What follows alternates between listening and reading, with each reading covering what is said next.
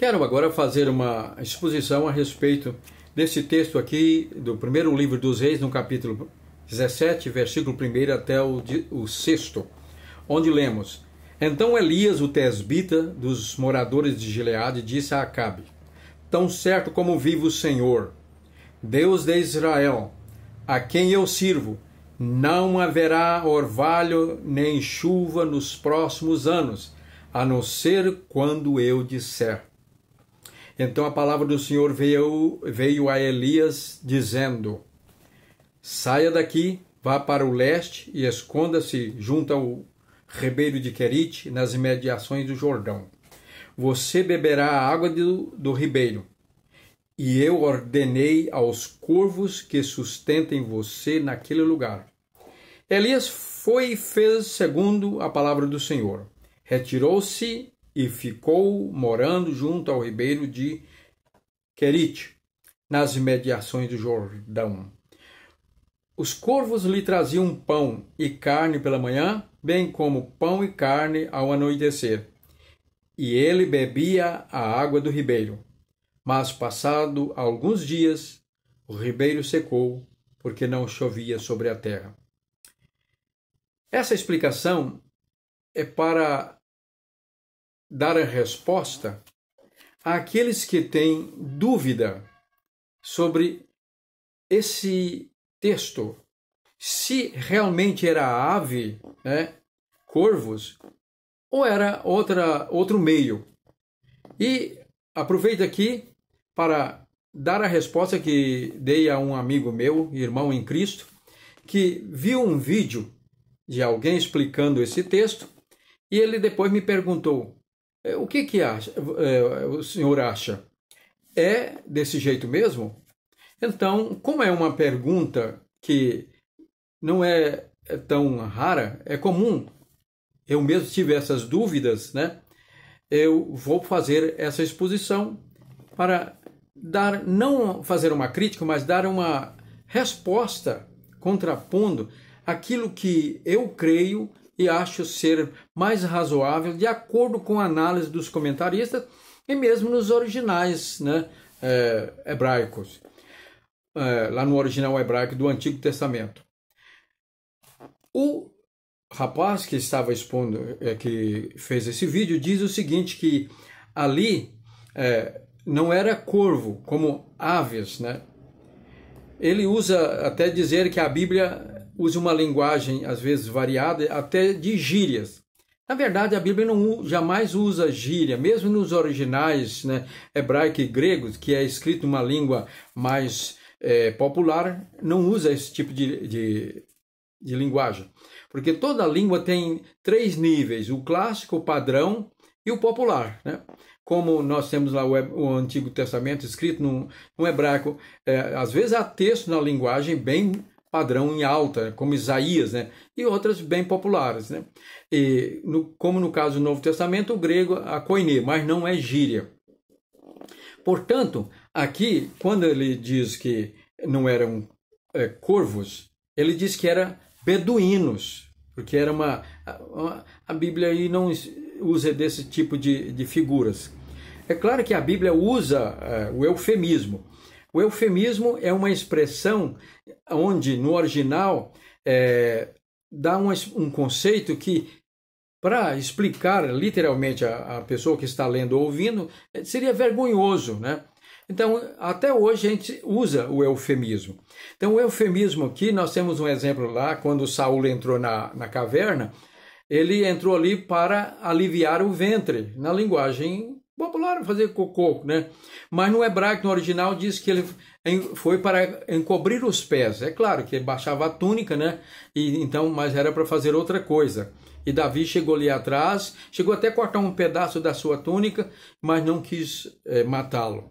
Temos outro exemplo lá, quando Davi mandou alguns mensageiros para pedir ajuda a Nabal, um fazendeiro rico. Inclusive os seus homens, os homens de Davi, haviam protegido os rebanhos dele no deserto. Ele mandou uma resposta dura dizendo que não ia mandar suprimento, alimento para esse tal de Davi. Quem é ele? E Davi ficou tão furioso que armou ali um pequeno batalhão e disse: tão certo como vive o Senhor, e ele andou a noite inteira e disse: até o dia amanhecer. Ao amanhecer do dia não vou deixar nenhum ali que faz xixi na parede. Ora, ali está falando do sexo masculino na tradução, né? Porque a criança ou o homem, né, vai e encosta no muro, na parede e faz xixi. Então, isso é comum no eufemismo, mas ali no caso dos corvos, nem eufemismo é. Não era beduínos, né? Por quê? O argumento, primeiramente, que o moço explica é que Elias jamais iria comer algo que tivesse contato com uma ave impura, porque nesse caso aí o corvo ele chama de urubus, né? Não é bem assim, porque os tradutores sabem até hoje que não, é impossível saber o sentido original daquelas aves das espécies. Então eles reúnem, fazem ali uma discussão e colocam uma tradução que seja mais razoável. Então, não poderia ser, então, Elias não poderia comer, aceitar uma comida que vinha de uma ave impura. Até cito o exemplo lá da visão de Pedro, que Pedro tinha essa mentalidade também. Quando ele viu aquele lençol cheio de aves e animais e répteis, e Deus disse: mata e come, ele disse: jamais eu vou fazer isso, porque nunca entrou na minha boca coisa imunda ou impura assim. Então, Elias também não iria comer. Olha, primeiro, olhando aqui do ponto de vista da lei cerimonial, Deus não está preso a essa lei que ele mesmo deu. E era uma lei cerimonial e ele poderia violar ela. E houve caso na Bíblia, no caso aí, por exemplo, quando Davi fugia de Saul, ele chegou lá onde estava o tabernáculo e pediu ao sacerdote pão para comer. Eles não tinham, pegaram do pão sagrado que ficava lá naquela mesa dentro do tabernáculo, que era removido todo dia de manhã, e deu para ele comer. E ele não poderia comer aqueles pães. E Jesus mesmo disse que ali foi um caso, era razoável. Por quê? Eles estavam condenando também Jesus porque ele fazia milagre no sábado. E Jesus diz o seguinte: vocês são hipócritas, diz que não pode trabalhar no sábado. Mas se uma ovelha de vocês cair no buraco, vocês, para salvar a vida da ovelha, fazem esse trabalho no sábado. E eu não posso curar enfermos no sábado? E assim, nós vemos que é uma interpretação radical. Deus violou isso, né? Isso para ele que deu essa lei, ele diz para Elias: olha, não tem problema não, pode comer.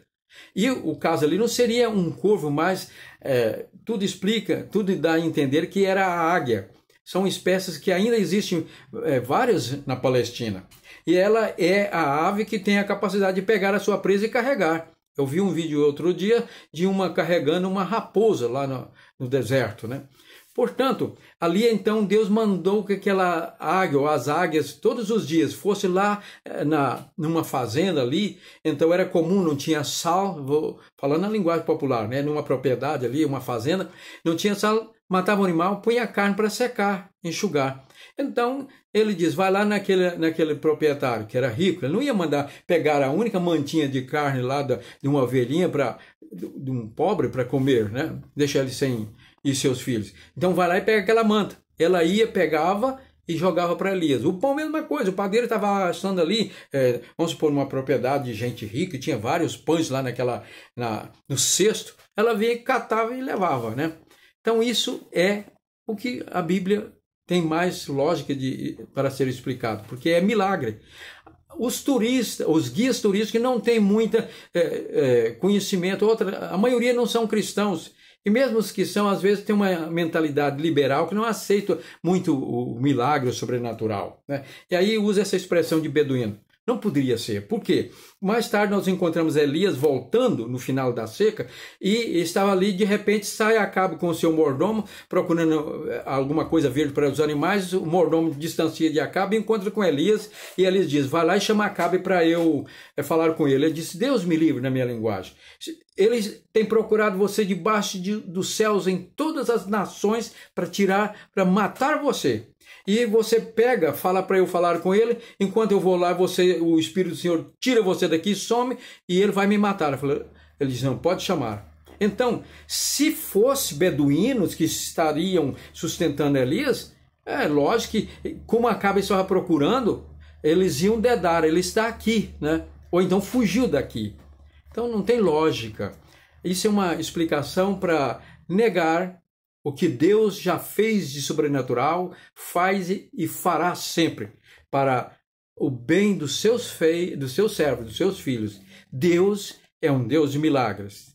Isso para ele não é problema, nem também essas leis cerimoniais.